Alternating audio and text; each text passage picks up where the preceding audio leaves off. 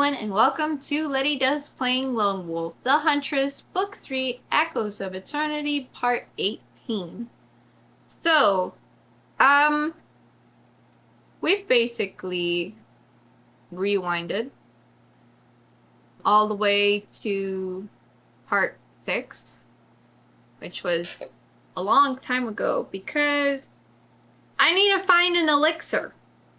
If that doesn't make any sense, please check out the previous video where I explain this. But basically, I need to save Felicia. I've said this the whole time. I thought I would be able to in the last playthrough, and I wasn't. So, here we are again. I've reset my entire action chart here to what it used to be. That's why it says Echoes of Eternity 2. And this is what it looked like when I started. So, we're just gonna continue. And let's see. This is my current notes. Maybe I should write. I will not be rereading the sections that I've already read. I'll just be reading new sections. So I was told I need to go to the Citadel, I need to find an elixir. This is the last time that I can tell when I was at the Citadel, or close to it, here on 137. I had been down to the beach, and I probably do need to go later, but I tried the stairs, and that took me nowhere, because I was chasing a rat guy, and I can't even catch him. So, I think I just need to go towards Meditation Plaza, because that's up to the Halls of Supremacy. So I just need to keep going up, and maybe I'll find an elixir. I've already read this page. Let's go to... I didn't spell that right. Whatever. You know what I mean. We're going to 120.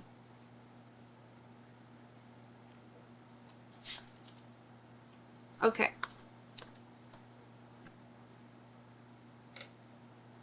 After another steep hike, once again, you stand in front of the Halls of Supremacy, looming with religious presence over Meditation Plaza. Its gates are shut. You steal a glance at the bell tower, half fearing to see the white cape of the Faceless, but he is not there. A feeling of peace permeates throughout the court. Aside from some fat gray doves picking breadcrumbs off the street, you are alone. Is this your first time visiting this section? If it is, turn to 236. If it is not, turn to 52. I've never been here before, so it's my first time. Wow. 236.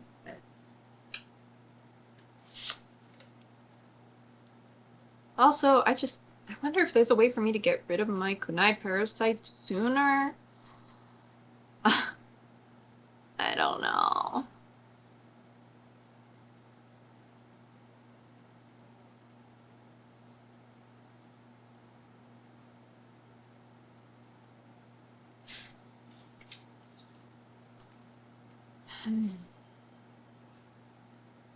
Okay. I don't remember this photo either, so I think I'm on the right track. The peace of the day is broken by the rumble of a carriage, which turndles up the road without any horse to pull it. The wheels turn on their own capacity, with gusts of steam erupting out of pipes which riddle the roof of the vehicle. You back away as the carriage approaches with a singular whine. The gates to the halls of supremacy swing open. At the moment, the door to the carriage bashes open, and a young, thin man with a thick black beard leaps out and onto the street. He is badly emaciated, and there is a deep scar across his head that has healed badly, cutting through his hairline in a zagged shape. His ripped tunic and breeches may once have been green. His hands are tied behind his back, and he is gagged. The carriage instantly halts in a burst of steam. Two other men emerge from the carriage. One is a speaker, the cumbersome tank catching on the door frame as he snatches a huge axe from the seat next to him and exits. Behind him, another man crawls out. This one far leaner, almost skeletally thin, wearing a black sari wrapped tight around him. He has two cutlasses at his side, and he bears no mask and carries no tank. Instead, thick stitches close his lips forever, and he wears a helmet, or rather has a helmet fused to his head. Needles and tubes protrude from the helm, all filled with a familiar gray liquid. His eyes are also rolled back in their sockets, revealing only white. Do you have Tentasi Car and at least 2 daggers? Turn to 103. If not, but you still wish to come to the man's aid, turn to 129. Or do you flee the area before you can be spotted and drawn into this mess? Turn to 94. I have Tentasi Car, but I don't have 2 daggers. So it doesn't matter.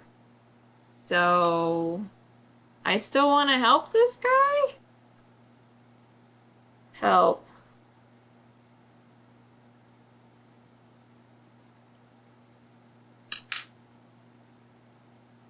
Will I win? Ah, we'll see.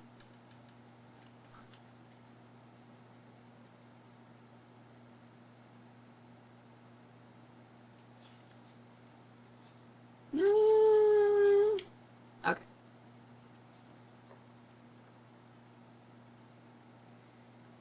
The thin-helmeted mutant. You remember Tavosh saying these are called whispers. Draws his cutlasses and raises them over the man.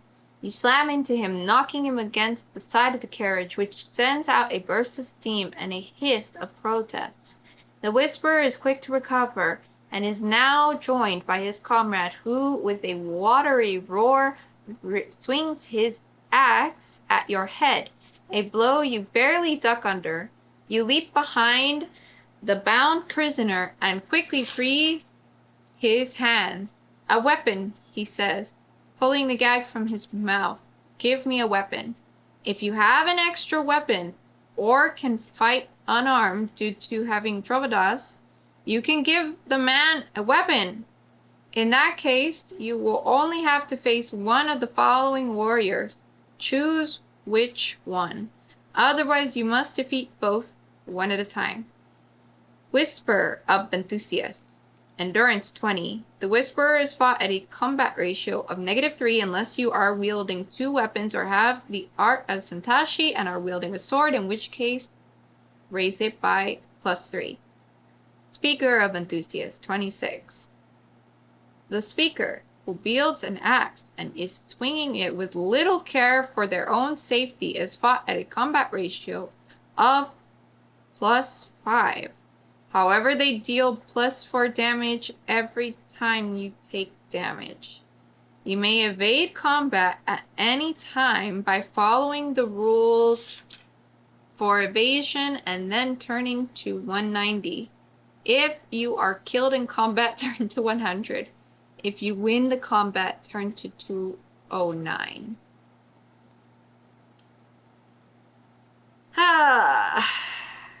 Okay, well, I will let them borrow the Time Reaper.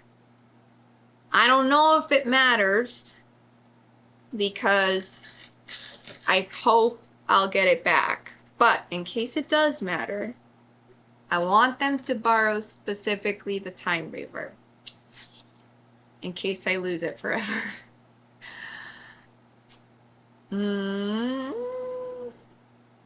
And I'll use the Habitual Warhammer.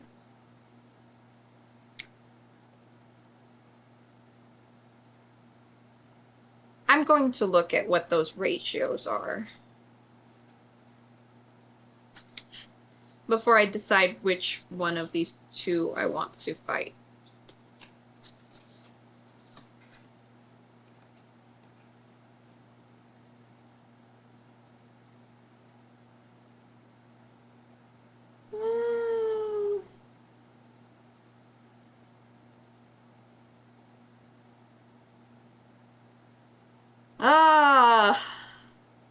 With the speaker, it would take 2 good rolls.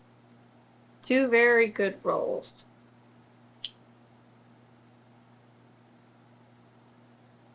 High risk, high reward. And with the Whisperer,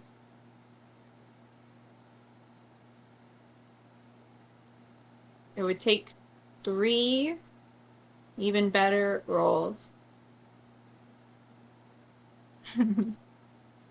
I'll fight the speaker. It doesn't matter. I'll do it. Lend?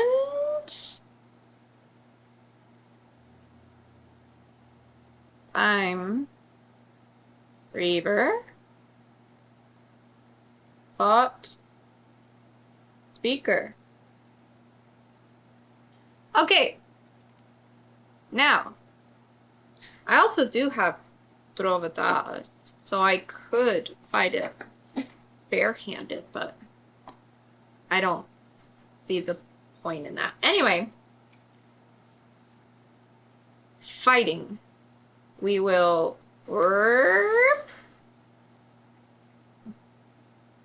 this is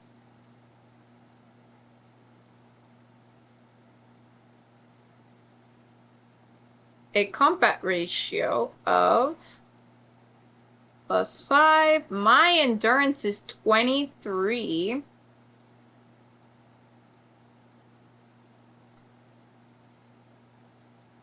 And they have 26.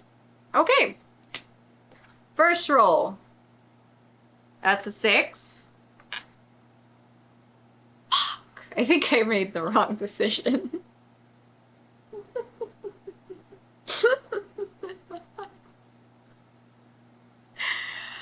Oh, I have Cathar's thing. Wait. Pause. Wait. There's something I should have done. Okay, so I marked down that I have the fire seed. I have Cathar's crystal pendant, which lets me reroll to 7.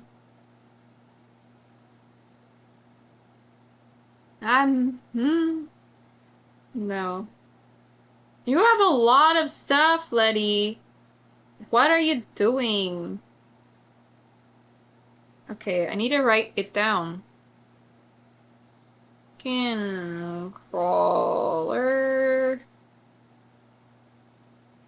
Vipers. Fight.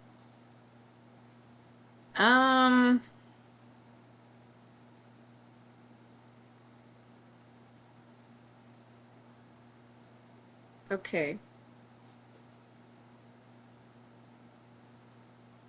I'll just write Cathar. Yeah.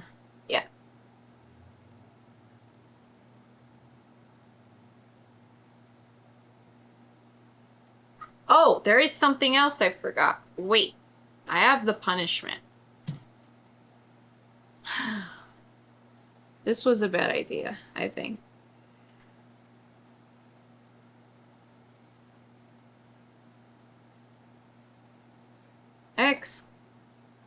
Focus. Yes, stupid. Okay, so my first one was a 6. Let's see what the second one is. A 5. So I need to pick 5. Great.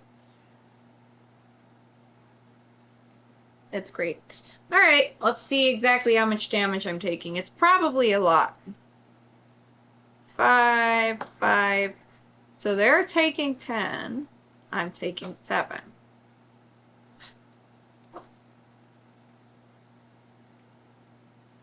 Right. They deal 4 damage. No. They deal 4 damage. I'm taking 6. Great. Okay.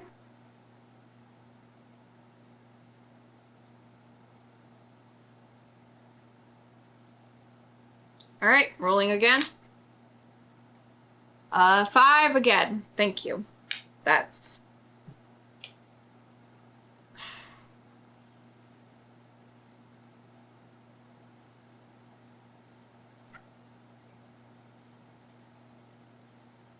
Wow! I really hope I heal from this. Rolling again. Please, just... right off the table. Beautiful. But what did it get? Where'd it go? Oh, snap. Okay, whatever. I'm just gonna gently roll it. Come on, stupid. Roll. A 0. Thank you.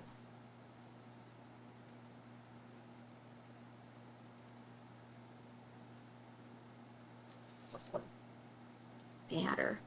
16. Yay. They're not dealing damage. Okay, good. We win. So, unfortunately, I need to reduce this down to 11 because I just lost a lot of EP. Will I be able to get this back up? No clue. Alright, so we've won that combat. We are going to...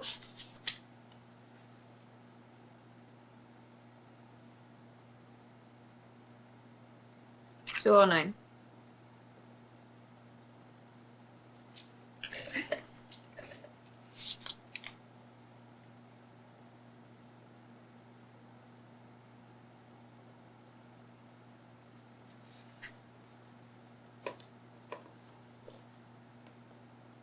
Okay.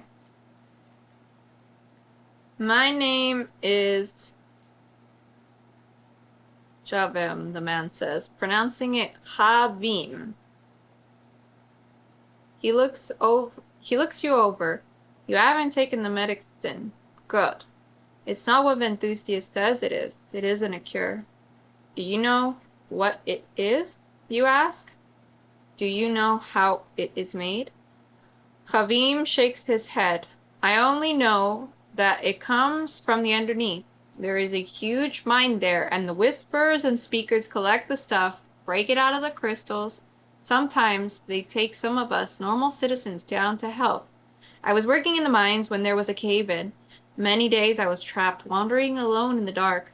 That's when the medicine began to wear off, and I started to remember. Javim begins to pace the courtyard, gesturing wildly. The medicine! It fills your head with voices. They tell you what to do or no. It's worse than that.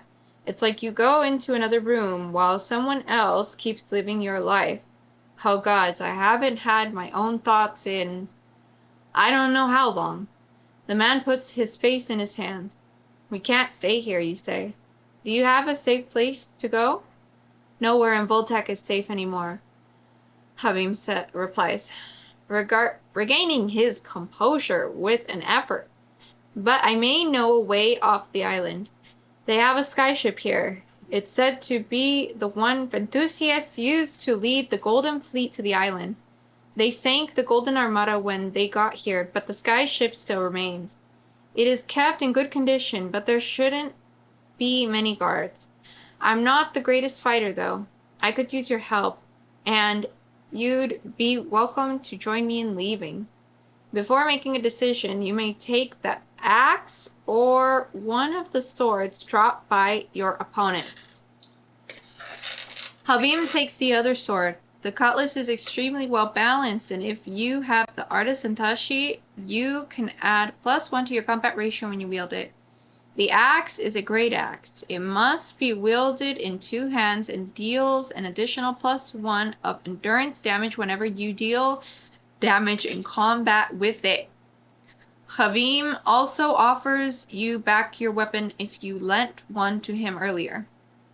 If you wish to join Habim in capturing a skyship and leaving Voltac, turn to 60.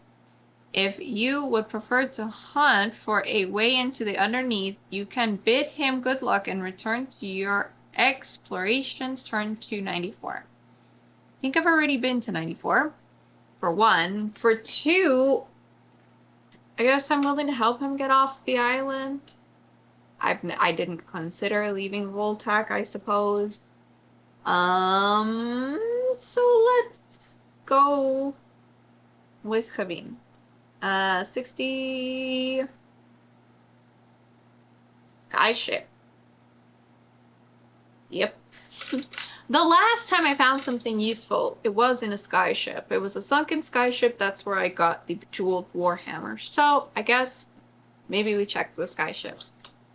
All the useful shit might be in there.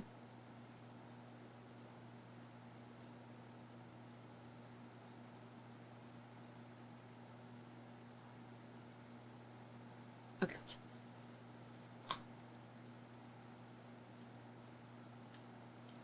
Quickly, a plan is formed. Habim dons the larger speaker's tunic, completely covering his torn and bloody clothes. The end result will not fool anyone for long, for you could fit 3 Habims inside the shirt. And while he does strap the mask to his face, he makes sure it is disconnected from the tank first. Hunched over in the driver's seat, it might pass for a disguise, if no one looks too closely. Within a short time, you are riding through the city streets towards what Habim calls the Sky Dock. You do not bother to disguise yourself, opting instead to hide inside the carriage, which proves to be comfortable, with cushioned seats soft enough to sleep on. On the way there, you may use a healer's kit if you have one. The Sky Dock proves to be a huge wooden dock built not over the sea, but over air. Extending out from the edge of the city, you peek through the curtained windows of the carriage as you approach Voltac's solitary skyship. It looks almost identical to a normal seafaring vessel, except instead of sails, a balloon larger than the entire ship is tethered to its dock, giving it so much lift that it has to be anchored by 4 heavy chains, 2 at the stern of the ship and 2 at the prow. Those anchors are your targets once you get on board the ship. Release them and you will be able to take off. No one appears to be guarding the ship, and Habim and you abandon the carriage and enter through an entrance in the hull just beneath the name Windsteed. 2 chains releases are located up on the deck, Habim says as you enter the ship, and 2 will be below. We should split up to make the most of our time, since once we start releasing them, we may draw attention. Habim has the disguise, and so he heads above deck. If someone sees him sneaking around up there from the street, they may mistake him for a speaker. He tells you to meet him at the command bridge when he is done and points down the hall to where it will be. You wish him luck and head to the bowels of the ship. Turn to 42. Okay.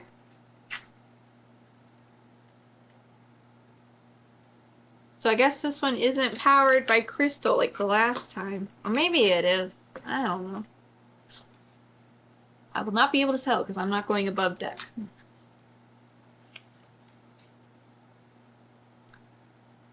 The ship is quiet, except for an occasional clang in the distance whose source is indeterminable. The corridors are tight and remind you of being in a tomb made of wood and metal instead of stone. The only light is that which drifts in through the odd porthole, and the further into the ship you go, the less of these there are. As the natural light dies, unnatural light takes its place. Glowing red orbs float in the lowest areas of the ship. They are not contained in any physical way. When you try to touch one, your hand passes through it like a dimly lit mist of blood. You find the first of the chain mechanisms set between a ladder heading down and a steel door. It is a massive wheel from which the huge chain emerges, running out through a slit in the wall. You pull a large wooden lever next to it and are greeted with a stalkingly loud ka-chunk. And then the whir of metal sliding across the outside of the craft as the wheel spins rapidly, releasing the remainder of the chain. Then you try to decide where you should go next. Do you wish to examine the door? Turn to 213. Or do you wish to descend the ladder? Turn to 247. Oh, I don't know. I just want to play Marisha, man. Okay, let's start opening doors. I guess I can descend the ladder later. Maybe I should descend the ladder now. I don't know. Whatever. This is what we're doing. We're doing the door.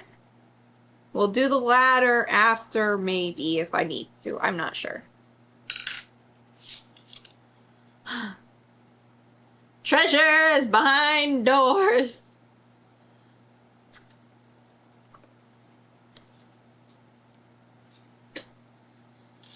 The door is steel with a heavy lock plate made of a black metal, motes of glittering specks embedded in it.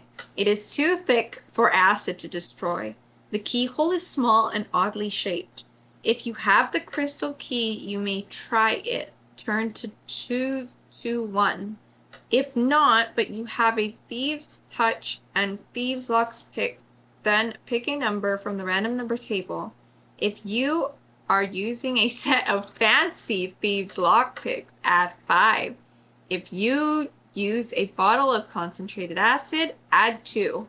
If the number is 0 to 6, turn to 13. If the number is 7 or more, turn to 221. If you have no way of opening this door, turn to 247. Do I? I have a crystal key. That was the thing I got from the guy when he ran past me that one time. It says you can try the crystal key, so that doesn't mean it will work.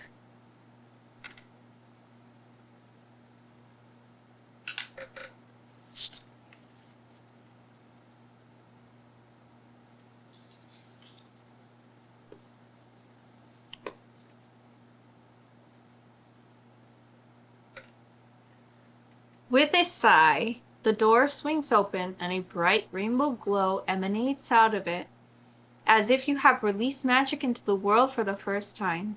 The door blocked off a small storage closet. Inside are potions. Among them, the following you may wish to keep. Potion of distilled Womspur. Heals 8 endurance when used outside of combat. Potion of elixir. Drink at the start of combat to improve your combat ratio for the entire combat by +3. And if you have the art of alchemy, you recognize and can take these as well. A potion of flame sprout. After drinking, you can breathe fire. Use at the start of any round of combat to replace the damage you would deal this round with 2 numbers from the random number table, where 0 equals 0. Potion of precognition. When used, pick 4 numbers from the random number table. Discard 1 of them.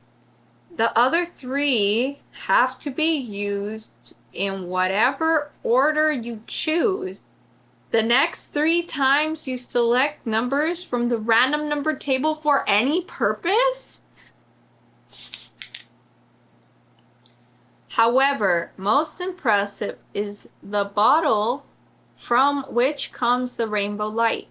It is an elaborate bottle, shaped and sized like a small vase. made of multicolored textured glass. Twin dragons sit on either side of the stopper, which is sealed into place with green wax. It is clearly a potion, though there is no way to tell from looking at it, even with the art of alchemy, what it might do. If you have the kunai parasite, turn to 87. If not, then you are too wary to drink this. You close the door and head down the ladder, turn to 247. I like that it's like, if you have the parasite, you're willing to give it a little sip. It doesn't say if you have the parasite and you want to drink it. It's like, yeah, what have you got to lose? You've got the parasite. So is this it? How suspicious. Well, I'm drinking it. Because the book is correct. Because I have the parasite, I'm gonna drink everything to try to get rid of it. Let me work all this. So the potion of distilled loam spur, it says I can heal 8 endurance when used outside of battle. Can I use it like literally right the fuck now? I'm not in battle. So let's say I got it. And let's say I used it. So, loam spur plus 8. I'm sure that's how it works. Clearly. So that's going to be a nice number 19. And let's erase this child's toy. We don't need that. Whatever, kid. Good luck.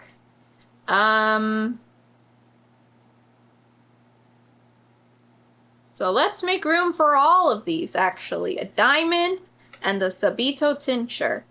Whatever. You're all gone now. Goodbye.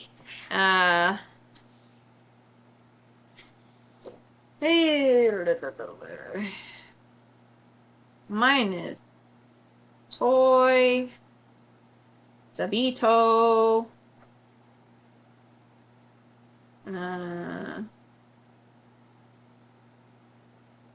whatever. I know what that says. Then we'll do plus flames for about precog and elixir. Yep, I'm taking it. I'm taking them all. Wait. I may need to make room.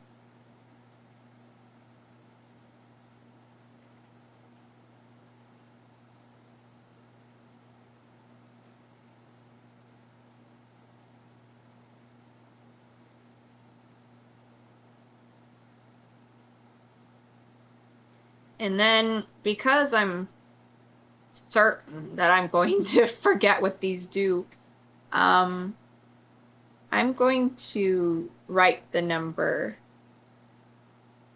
that I got these. There. I'm going to write it. Anyway. Okay.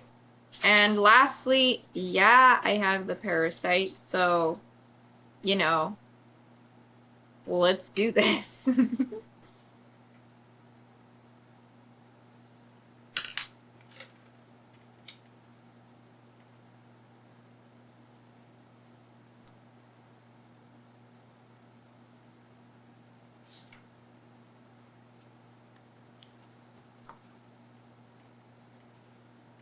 Unlike most potions, which have unusual and often disgusting or bitter flavors, this one tastes remarkably recognizable, like ripe cherries with a hint of lemon.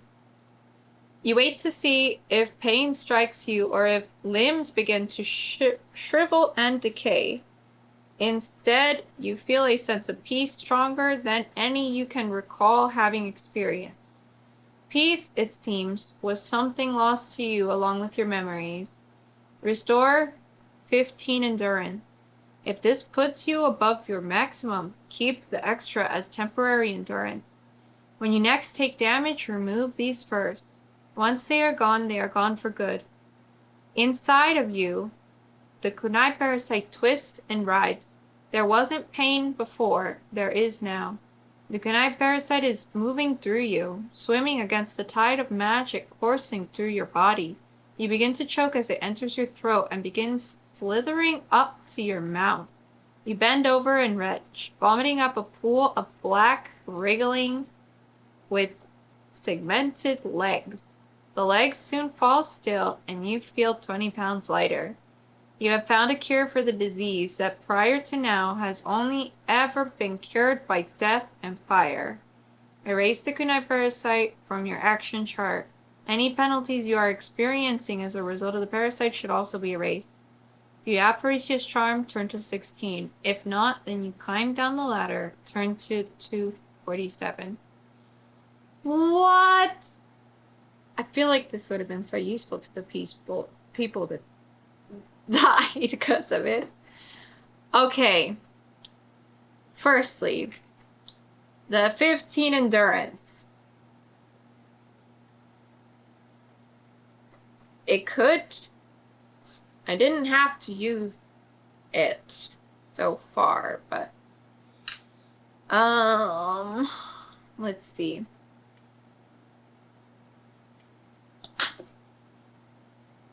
So that brings me up to 23 again. I was at 19. And that means that would be 34? Right? Ah, Lety. 19 plus 15. 34.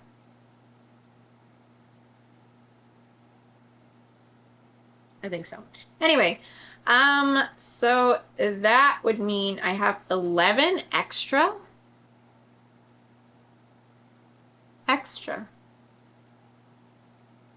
And I need to use this first. So, that's pretty good. And I do have Parisia's charm. But I need to erase the parasite. Minus parasite. Have charm. So, up here we had the punishment for the parasite. I can get rid of that. Great. Because I didn't want to have to keep remembering it.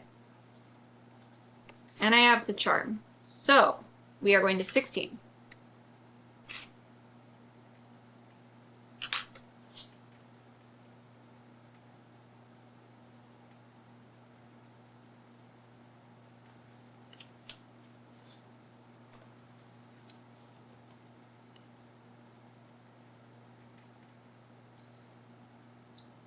You are careful not to drink all of the elixir, though it is hard to stop once you have begun.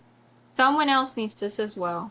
The multi-hued bottle is too cumbersome to carry, but you can empty or use one of your potions and put the elixir in there. Or if you have an empty flask, you can use that. Whichever you choose, erase that item and instead write elixir. It is still a backpack item. Wait, there's still a backpack item? That won't get deleted later, right? Oh no. When you finish pouring the elixir into its new container, it leaves behind an unusual scent. The same smell of the flower you found inside the ruins of Tzink, which Faricia called the Dragon's Tear. This potion must be made of the rare flowers. You wonder if Enthusiast brewed it himself or acquired it on the mainland before fleeing to Voltac. Wait for me, you whisper. And gripping the necklace of charms, say a prayer to all the gods of good that you can find a way to return to the future and bring Frisia the cure you promised. Turn to 247 to climb down the ladder and continue your hunt for the chain release. I have it! And now I need to do everything all over again. Alright, well, I just got a bunch of potions. And now I need to erase some potions. What can I get rid of? You know what? We've got the concentrated acid. We've got the glow bottle.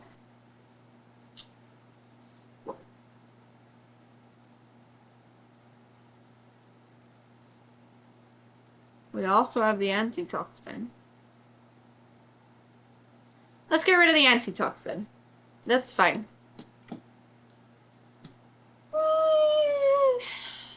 Yeah, that'll be fine. Goodbye, antitoxin. Hello, elixir. I would think it would be weird if I emptied out the concentrated acid bottle and put the elixir in there. I don't really want to risk it. Nope, not that.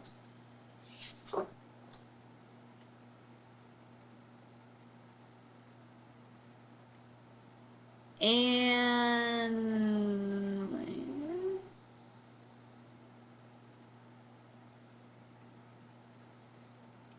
that'll be fine, I'm sure. So that is going to be it for part 18. I filmed parts 18 and 19 of this Let's Play all in one go, and this clip that you're watching marks the end of part 18. Stay tuned for part 19. That's all I got for you for now. Get out there, do all the stuff, and I'll see you next time. Bye!